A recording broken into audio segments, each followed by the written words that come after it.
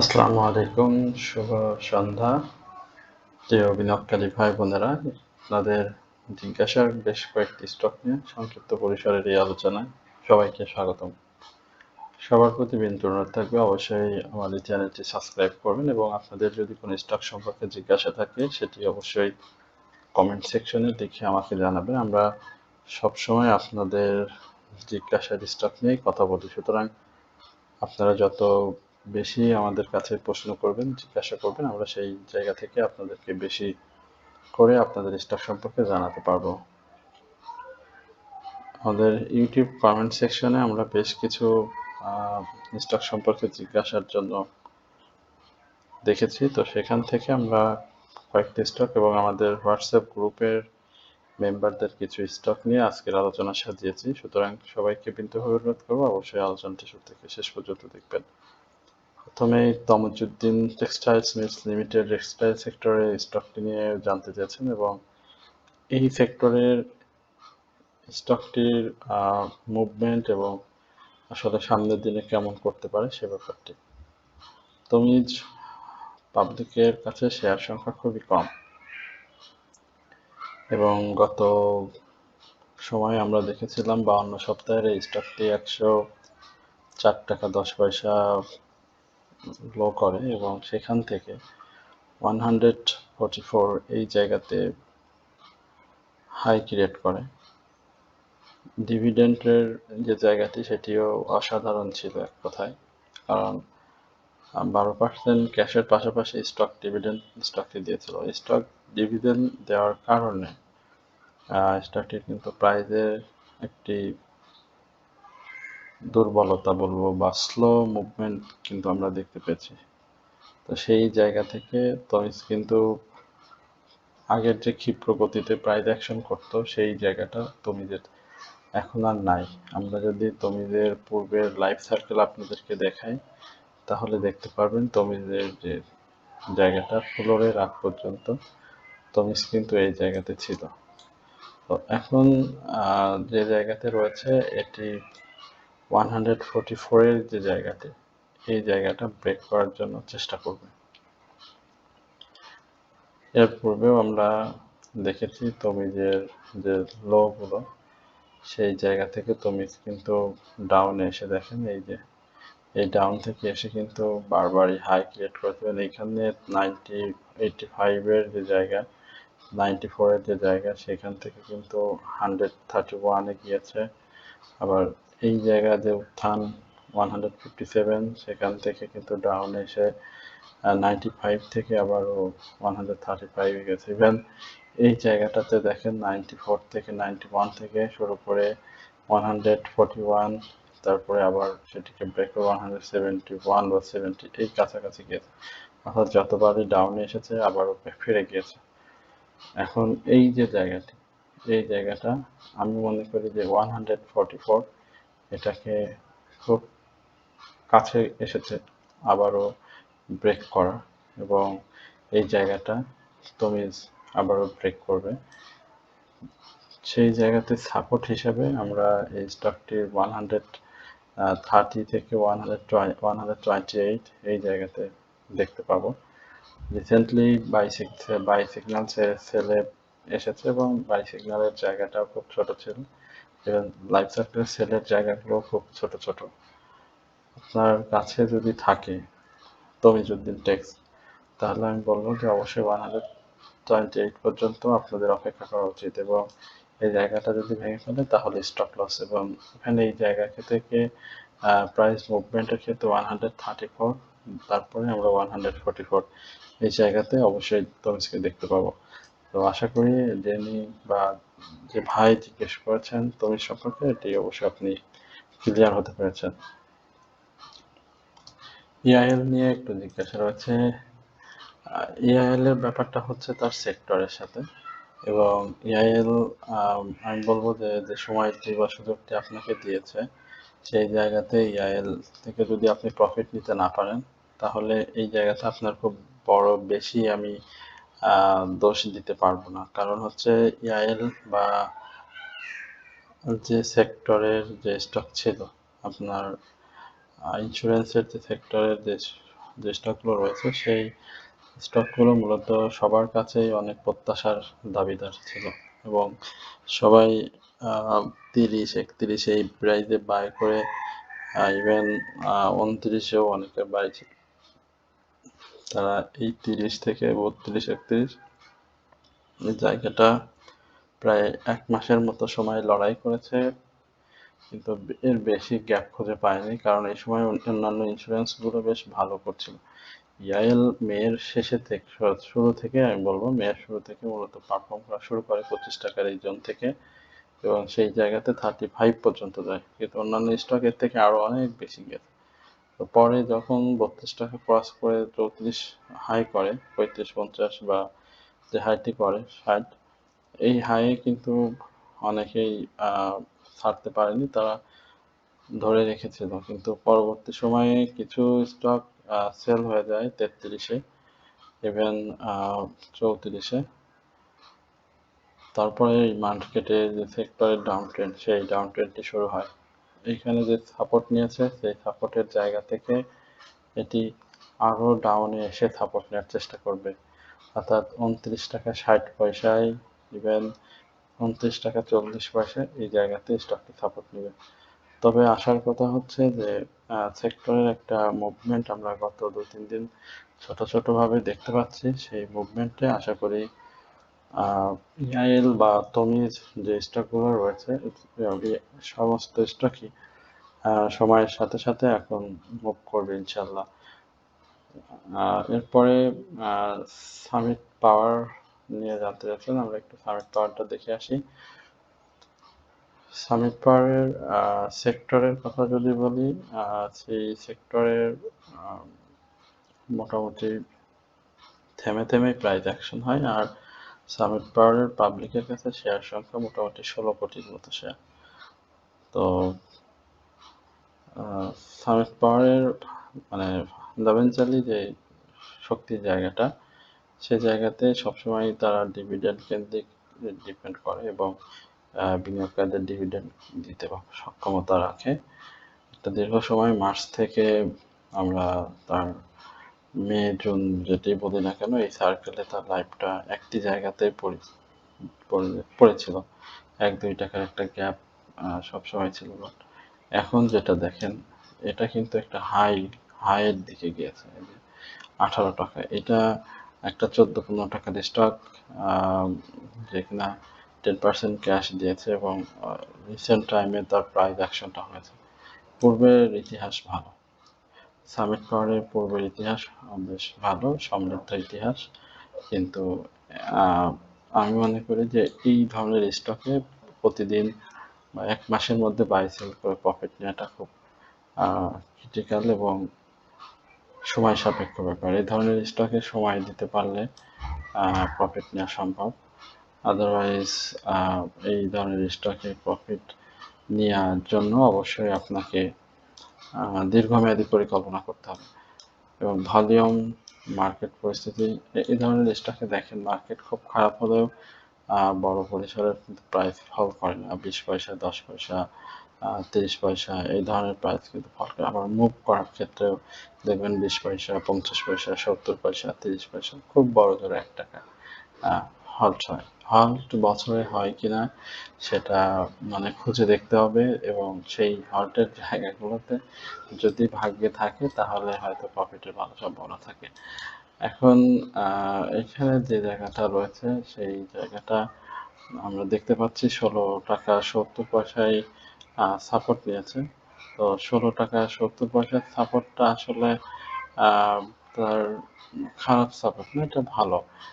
Major সাপোর্টের কথা যদি চিন্তা করি তাহলে 15 টাকা 70 পয়সা, এত ডাউনে হয়তো স্টকটি আসবে না, আমার যেটা বিশ্বাস আর কি, এত ডাউন আসবে না। 16 টাকা 30 পয়সা পর্যন্ত আপনি এটাকে সাপোর্ট হিসাবে ধরেন, আর বাই করতে চাইলে 2 থেকে 3টা ধাপে বাই করেন।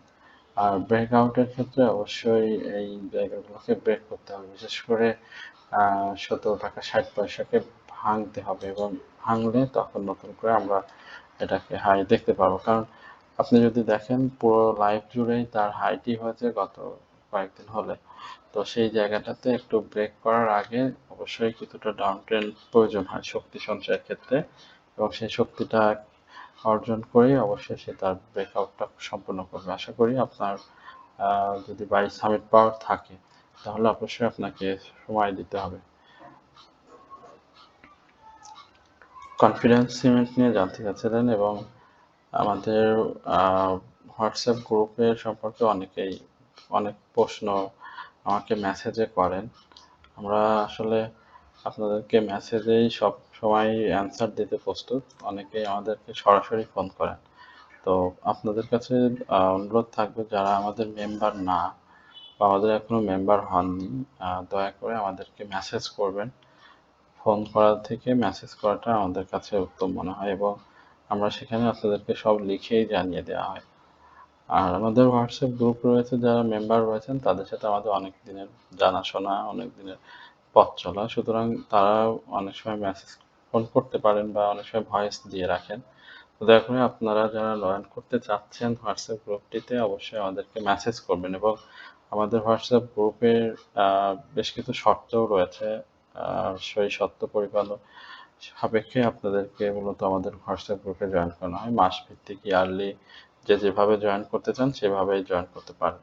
তো দয়া করে আপনারা এই ব্যাপারটি একটু মাথায় রাখবেন। ফোন করা থেকে আপনারা আমাদেরকে মেসেজ করবেন। আমরা যে সেবাগুলো আপনাদেরকে দিই সেটি হচ্ছে পোর্টফোলিও ম্যানেজমেন্টের বাই সেলের সহযোগিতা, স্টপ লস অ্যাডজাস্টমেন্ট, ইভেন আপনাদের প্রফিট টেকিং এর যে জায়গাগুলোতে দ্বিধাদ্বন্দ্বের মধ্যে থাকেন সেই জায়গাতে আপনাদের সহযোগিতা করা। আপনারা কোন ব্যক্তিগত স্টক আমাদের ওয়াচ লিস্টের বাইরে ব্যক্তিগত স্টক যদি বাই করতে চান, আমরা সেখানেও আপনাদেরকে সহযোগিতা করি এবং স্টকের মুভমেন্ট সম্পর্কে আপনাদেরকে অবগত করে থাকি।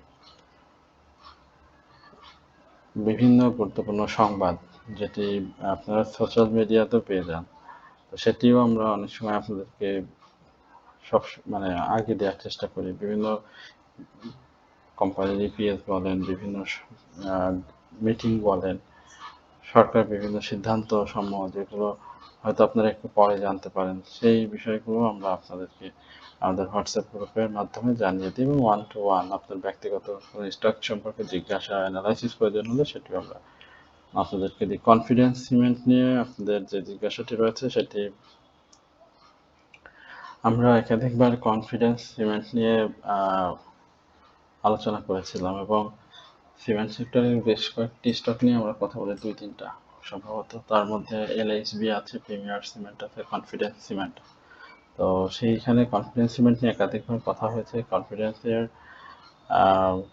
শক্তির জায়গা কি বা কনফিডেন্স কী ধরনের মুভ করতে পারে সেটিও আপনাদেরকে বিভিন্ন সময় ব্যাখ্যা করা হয়েছে। এখানে যে হাইটি করা হয়েছে ৭৪ টাকা ৬০ পয়সা, সে হাইয়ের আগে আরেকটু কারেকশন কনফিডেন্স সিমেন্টের প্রয়োজন, এবং কনফিডেন্স সিমেন্ট দেখেছেন 63 থেকে। আমি এই জায়গা থেকে মূলত স্টকটি দিয়েছিলাম আমাদের বিভিন্ন সময়, তো সেখান থেকে 76-এ গিয়েছে। তো এখন সার্বিক কারেকশনটা খুবই দরকার।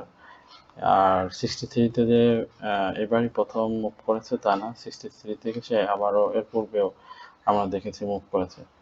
এখন কারেকশন জোনটা শেষ হয়নি, এক কথায় কারেকশনটা শেষ হয়নি।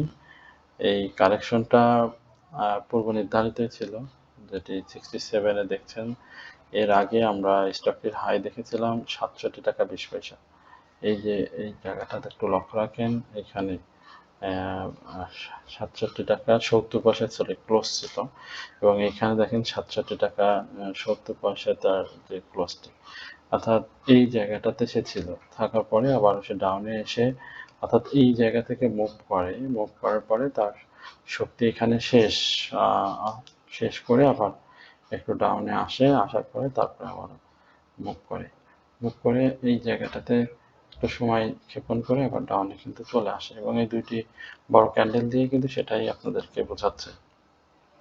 এবং এই জায়গাতে এসে ৬৬ টাকা ৫০ পয়সা এই জায়গাতে একটা সাপোর্ট স্টকটি নেবে, এবং এই সাপোর্ট নিয়ে আবারও সামনে সে মুভ করবে। বাট কনফিডেন্স সিমেন্ট নিয়ে আসলে কনফিডেন্স থাকা যায়। যারা কনফিডেন্স সিমেন্টে আছেন তারা অবশ্যই ভালো সময় পার করবেন এবং বাই সেলের মধ্যে থাকলে অবশ্যই এটা স্টক থেকে প্রফিট পাবেন। আইবিপি নিয়ে জানতে চাচ্ছেন, আইবিপি এই জায়গাটাতে আমি বলবো যে একটা দীর্ঘ র্যালি হয়েছে, সেই র্যালির একটা কারেকশন এখন দরকার। আপনি দেখতে পাচ্ছেন যে যেখান থেকে মুভ করেছে সেই জায়গাগুলো একটু কারেকশন প্রয়োজন, এবং একটা ব্রেকআউট মুড এসেছিল এবং সেই মুডটা নষ্ট হয়ে গেছে রেড ক্যান্ডেল করার কারণে, এবং ইয়ারলি হাইটা এবং তার যেটা সেখানে এখন একটা কারেকশন জোনে পূরণ হবে। সেই জায়গাতে আমরা 18 টাকা 30 পয়সার একটা সাপোর্ট ধরে দিচ্ছি। এখানে যে একটা গ্রিন ক্যান্ডেল দেখবেন, বাট সেটি খুব বেশি কার্যকর হবে না, এবং 18 টাকা 30 পয়সার পরে 18 টাকা এই জায়গাগুলোতে সাপোর্ট নেওয়ার চেষ্টা করবে।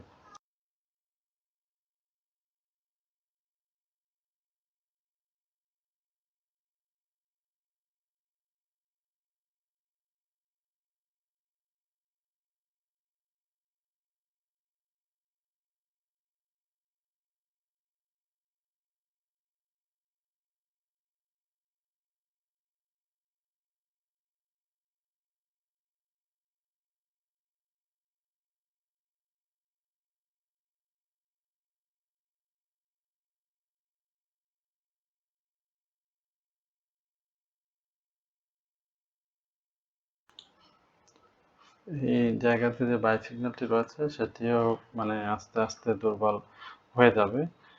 সুতরাং 18 টাকা পর্যন্ত আপনি এটাকে সাপোর্ট ধরে সামনে বাই সেলের জন্য প্রস্তুতি নিতে পারেন, বাট প্রফিটটা এখন অবশ্যই নিয়ে নেবেন এই স্টকটি যাদের আছে।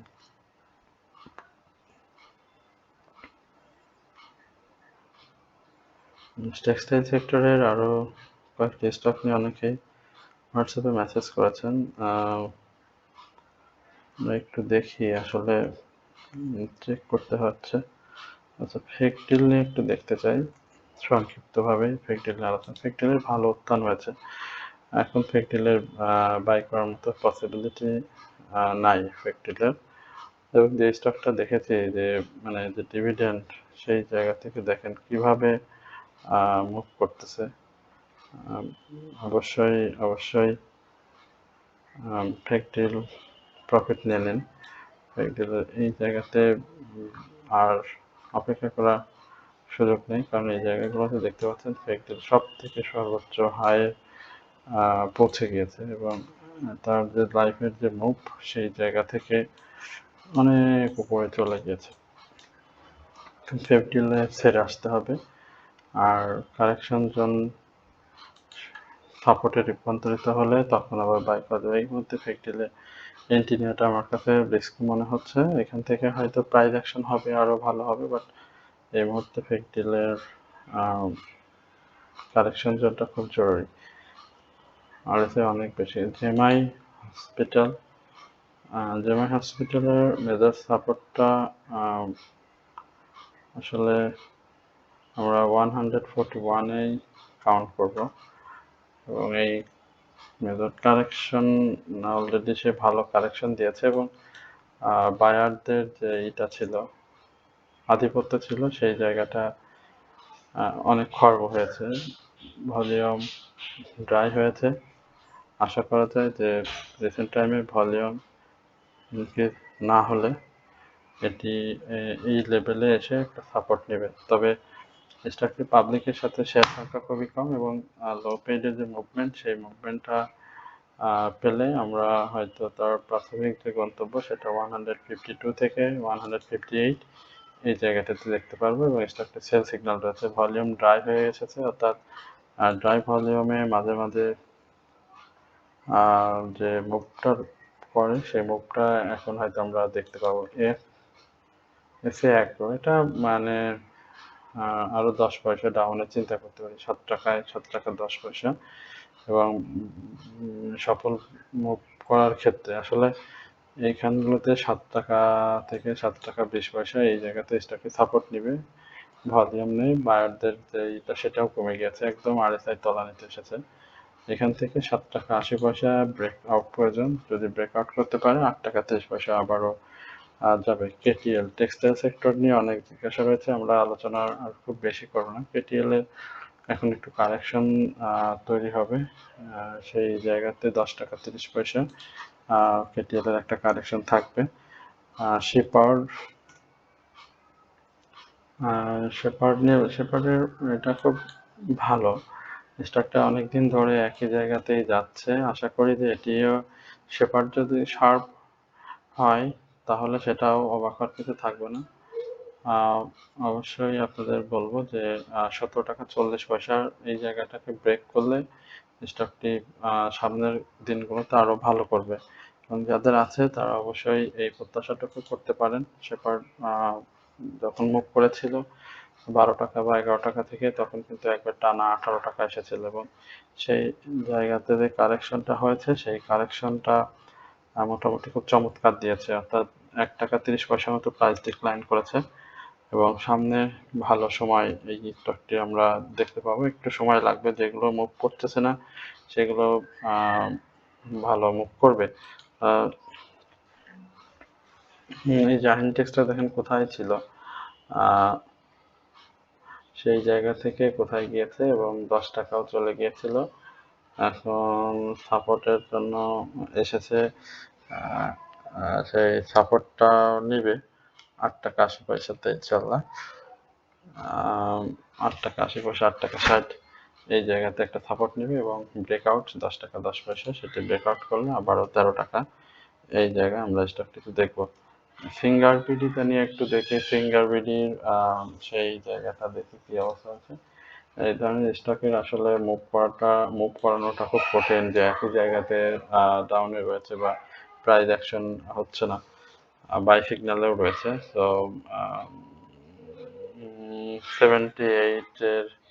79 এর উপর একটা ক্লোজ দরকার। হ্যাঁ, সেই ক্লোজটা যদি করতে পারে তাহলে আশা করা যায় ভালো করবে, আর যদি এটা ক্লোজ করতে না পারে তাহলে আবার একটু ডাউনে চলে আসবে। ইভেন সেই ডাউনটাও হচ্ছে 74 বা 75 এর আশেপাশে।